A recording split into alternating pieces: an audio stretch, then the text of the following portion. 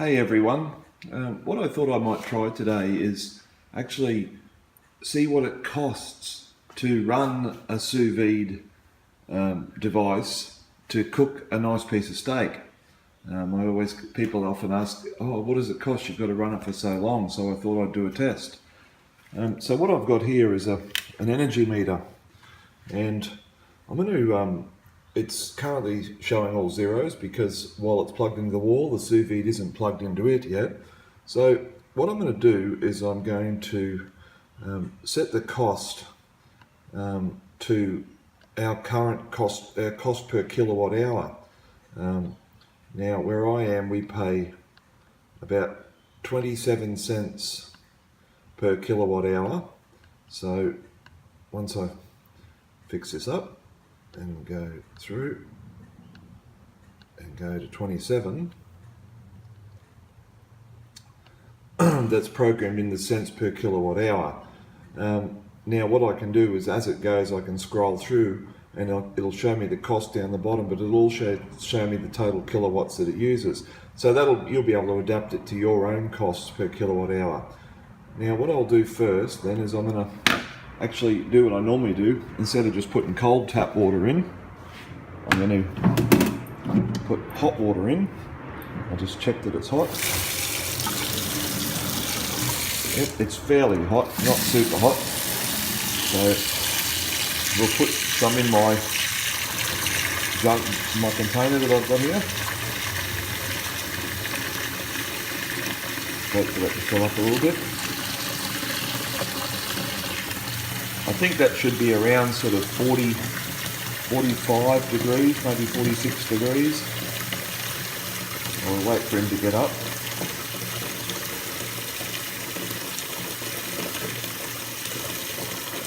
To a decent level. Somewhere around there should be heaps. I'm only going to be cooking one steak today. It'll be a pretty big one, but just the one. Hold on, I'll need two hands for this. Oh. Alright, so we've got him down. I'll just open that up for a second. Alright, now I'll plug it in and then we'll have a look. Okay, so we're powered up. There we go, 42.5 degrees. I'm going to do a manually cook, so I'm going to cook this steak. It's frozen at the moment. So I'm going to cook it at 56 degrees for 2 hours. Now this is 56 degrees Celsius. I'm not sure what that is in Fahrenheit, but anyway, you'll get the gist. So I'll let that plug away and let's have a look at what the meter's showing us. So it's showing us here in Australia we're at 236.9 volts at 50 hertz frequency. It's currently drawing 3.93 amps. And you can see at the top, it just tells us how long it's been cooking for, or going for. The lowest wattage that has been used was 2 watts, and the highest is 932 watts. And then it'll show us our cost.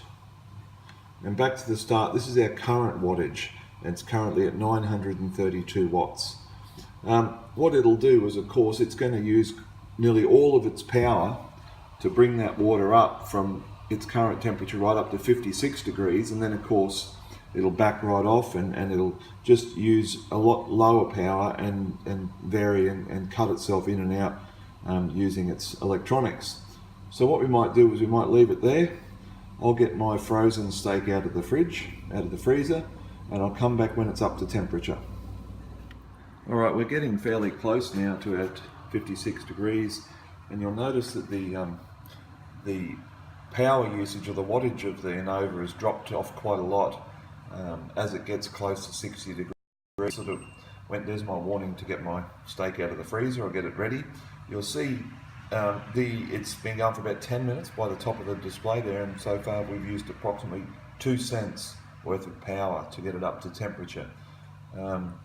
So that's an interesting thing, how it backs off its power usage as it gets closer to the temperature. The Anova isn't one of the fastest at heating the water, but once it gets to temperature, it's the same as everything else. And I guess the cost is the same, so it's only the time that matters. It might take a little longer than others, but it still gets the job done. There we go, 55.9. So we might grab that steak out of the freezer and come back. All right, here we go. We're at temperature at 56 degrees. We've got about a 600 gram piece of rump, which has had a little bit of competition beef rub added to it. No liquid smoke on this. So we'll open him up and we'll sit this guy down inside. He's underwater. Close our lid up. Now we'll see our temperature now is starting to drop, of course, because we put some frozen meat in there. I'll just put this around to provide a little bit of insulation through that hole. Now you'll see, because the temperature's dropping down now, our watts have come back up. They'll probably go right back up to, possibly back up to 900 again, just so it can bring that water back up to my temperature of 56 degrees. So that's in there. Okay, we've moved up to 3 cents and we've just put the steak in. So I'll just scroll through there. There you go, we've used 0.113 kilowatt hours or 113 watt hours. We're still sitting on, of course, now right. We're drawing 2.5 amps now. And currently sitting at about 500 watts to bring that back up to 56 degrees. So what we'll do is we'll reconvene back here in about just under 2 hours, and let's see what our cost is on getting our steak ready. Alright, a little bit of an update. We've had the machine going now for about an hour 55, so the steak's been in for around an hour and 40, and you can see it's sitting right on 56 degrees. Currently we're drawing about 100 watts, and it varies, sort of, you can see there, between 100 watts and sort of moves around a little bit, but that 100 watts looks like it's about the peak, so I'm not sure what the average would be at the moment, but it'd have to be around the sort of probably the 70 mark. We've used 0.335 of a kilowatt, and it's currently just drawing 1 amp. And you can see at the moment we've got still a little bit to go. We've used cost about 9 cents so far in power to cook this one steak. So we'll give it a little bit longer. We've got about 20 minutes to go, and I'll come back to you when that 20 minutes is up. All right, we're back again. This has been pretty close to right on 2 hours now, so we're sitting right on temperature, and here we go. It's 2 hours 15 the machine's been running for, including the preheating time at the start. Currently drawing right around the 100 watt mark, and you can see down the bottom the cost of about 9 cents to cook this single steak. I'll run through the thing here. We've used 0.363 of a kilowatt. So in Queensland we pay about 27 cents per kilowatt. So that'll give you an idea, and you can just have a look at that in your wherever you are as to what you pay per kilowatt hour. So it's just over 1/3 of a kilowatt. Of course our voltage is sitting, our amps are sitting on 1 amp, and as per before, 2 watts for the low and 935 watts for the high when it was heating the water. And there we go. So what we'll do now is we'll take our bit of insulation cloth. I'll just knock some of the condensation off. We'll pull our steak out